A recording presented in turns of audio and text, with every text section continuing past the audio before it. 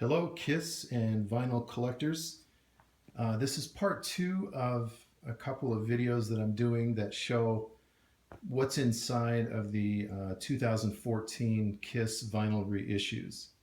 So, part one, if you haven't seen it, actually covers Kiss's first album up through Unmasked, and this video will cover what you see in front of you here, The Elder, up through the last reissue that they did. So anyway, this is The Elder. This was kind of a bizarre left turn for Kiss musically. And also the first time, I believe, that Kiss wasn't portrayed on the album, that the actual members of the band weren't portrayed on the album at all. So here's the cover. Have the back cover. And we get a gatefold in this one. Kind of shows a Lord of the Rings style table and some copy that talks about the story. I really enjoy this album. I know a lot of people don't, but this is one of my favorites. What other band has given us, such a diverse catalog to, to argue over and to love and to enjoy? I mean, if it were all the same thing, if every album was the exact same sound, like a lot of bands, I don't think their back catalog would be as interesting as it is. So I love this album, and I appreciate it for what it is. So that's the cover. Inside, we get a custom label on the album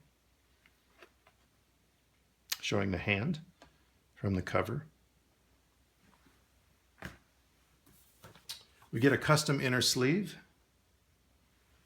which is fairly plain, but it shows the lyrics from The Elder, or music from The Elder. The next album is Creatures of the Night, and this was a return to a much heavier sound for Kiss. And I know this is a lot of fans' favorite album. And justifiably so. It's a great album. So we have the cover reproduced well there. The back cover.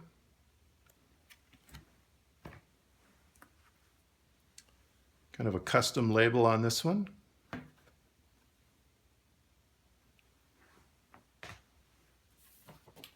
And a fairly plain inner sleeve, but it does have lyrics on it.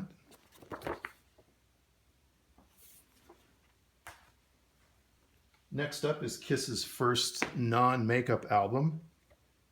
I'll never forget running into this one at the record store. Kind of blew my mind to see them without makeup. This is the back cover. Fairly plain, but fitting with the whole kind of white motif they've got going on here.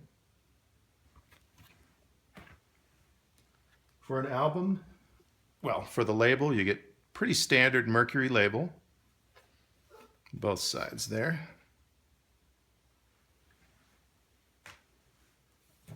Get another inner that basically shows lyrics. And really nothing else. Kiss's next album was Animalize.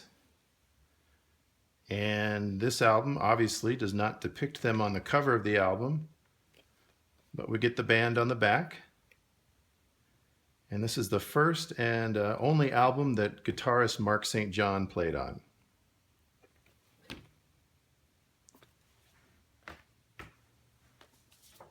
We get inner sleeve with lyrics on one side and some photos of the band on the other.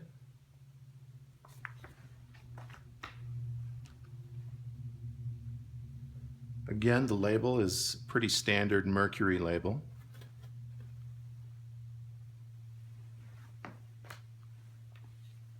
Kiss Asylum was the next album they released, and I am not a fan of this album cover. Can't put my finger on it, but just not one that I like. Got the band on the back. This is guitarist Bruce Kulick's first album with the band.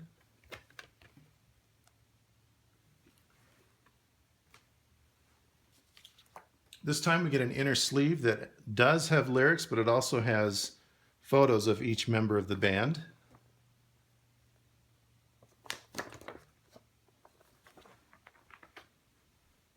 For Asylum, we also get a pretty standard Mercury label.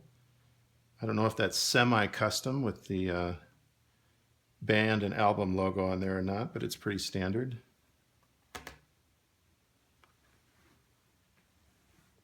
Next up, we have Crazy Nights.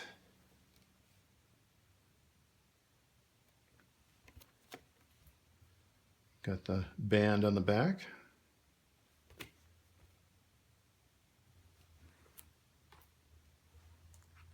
Again, we get a pretty standard Mercury label on Crazy Nights.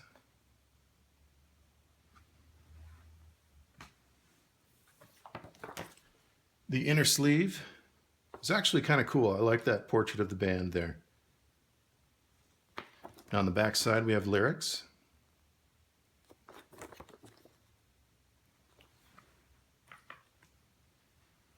Hot in the Shade was Kiss's next album. Got the band on the back there.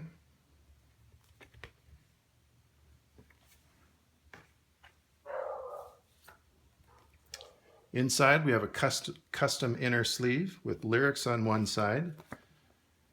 More lyrics, some credits, and a kind of a takeoff on the cover there.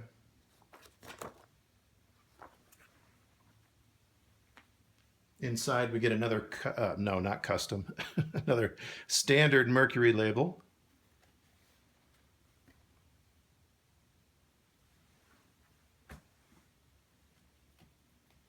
Next album is Kiss Revenge, another album that they did with producer Bob Ezrin. This is a lot of people's favorite non-makeup album, if not their favorite album. I got the band on the back again.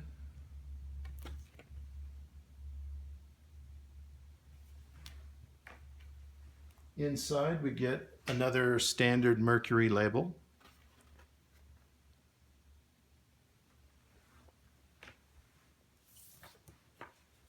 And a cool portrait of the band is on the inner sleeve.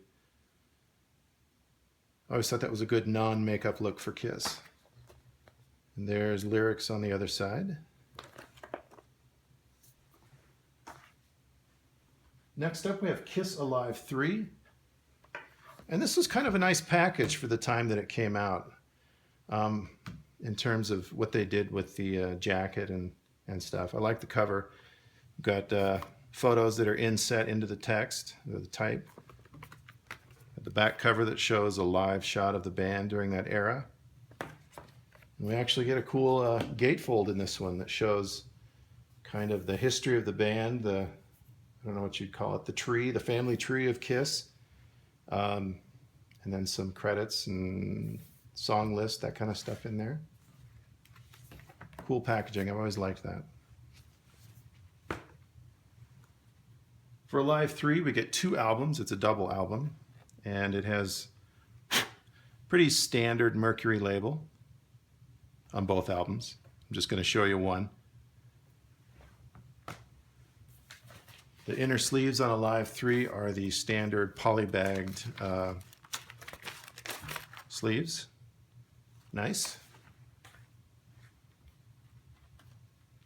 Next album up is Kiss Unplugged, and this is when Peter and Ace joined the current 4 members at the time on stage. Huge event in the saga, the Kisstory, the history of Kisstory, I guess. Get some cool photos of the band. This is a double album, but it's not a gatefold.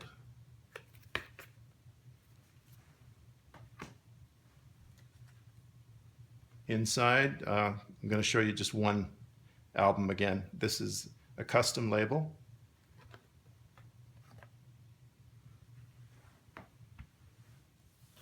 Standard inner sleeve like some of the others.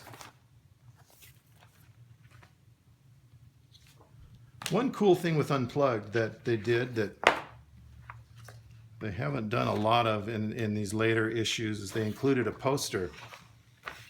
Nice big poster showing members of the band rehearsing and getting ready for the Unplugged show.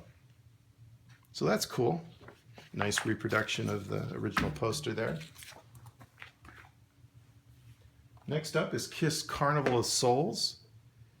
This is a pretty highly debated album. I know a lot of Kiss fans don't like this one because they, and rightfully so, they feel that Kiss was copying the grunge sound at the time.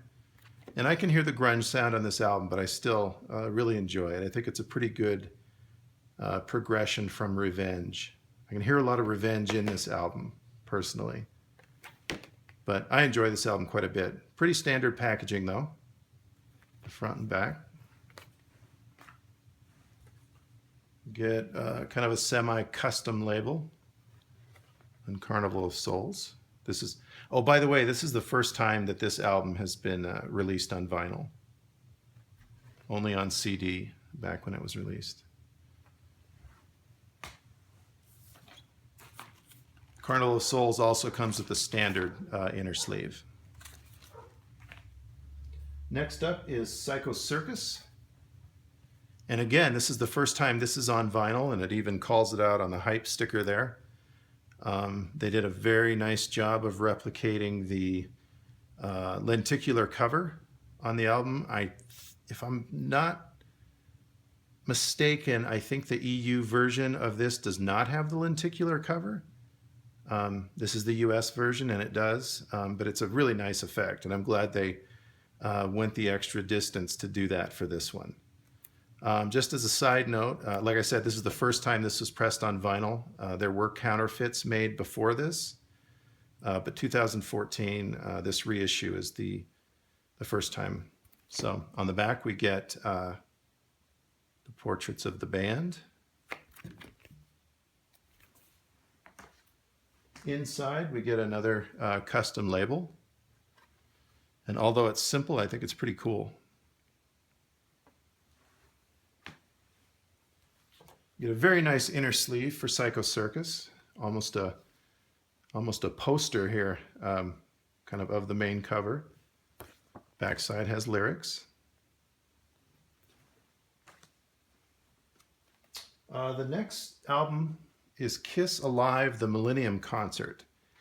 And this is recorded during the farewell tour. And it's they did a fairly good job with the cover, but there are things that disappoint me about this. It's a double album. And Kiss fans are used to these live albums, with the first Alive, Alive 2, Alive 3, Alive 4, which was the symphony, and I don't have that one, but I'm assuming it was like the others, but it was cool packaging. It had a gatefold and maybe some nice inner sleeves, that kind of stuff. But this one is really bare bones, really plain. And I've heard the argument that this has been released, or how should I say this, that the packaging on this album is actually done to represent how a record company would have produced this album at the time, which would be plain. But that being said, I think Universal, like they did with Circus, should have gone the extra distance and given us a little something more, especially for the price of these double albums. But anyway, first time on vinyl ever. Again, the hype sticker calls it out. We get kind of a custom logo. I'm sorry, custom label. And again, I'm just going to show you one album of the two. We get a plain inner sleeve, which in this case is really a bummer to me. It really should have, they went the extra distance on Circus. The least they could have done was given us some kind of nice inner sleeves.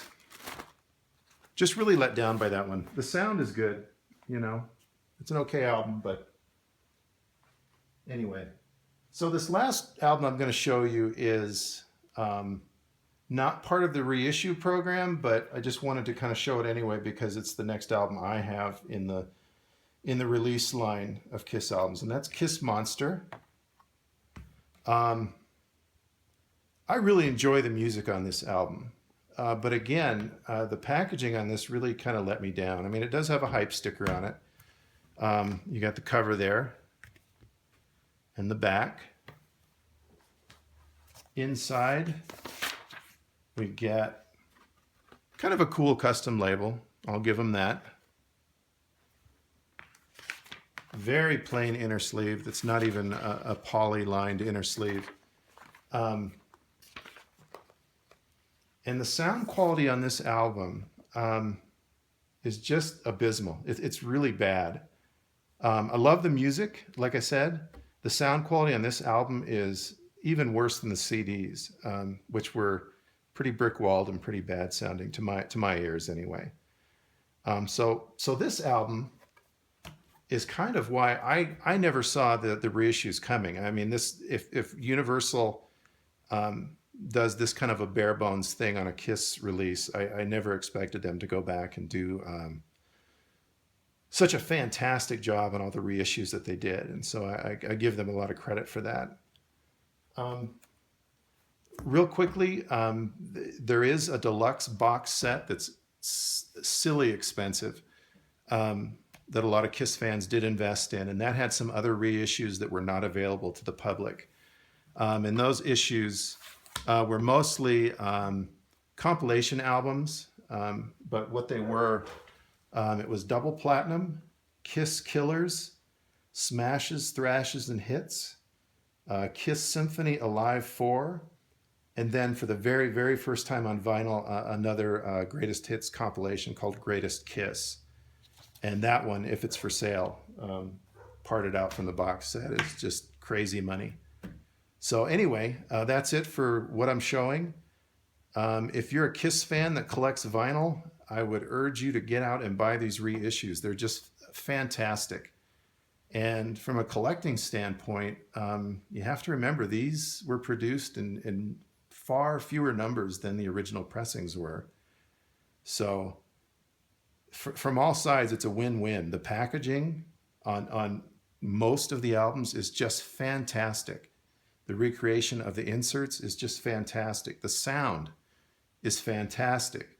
The collectability of them is yet to be seen, but I'm going to go out on a limb and say when these start drying up, they're going to be something that's very sought after by Kiss collectors. So anyway, thank you for sitting through this boring video. I hope if you're interested in Kiss vinyl, or if you have an interest in Kiss vinyl, that this helped you determine what's actually in these reissues. So thanks for watching, and have a great day.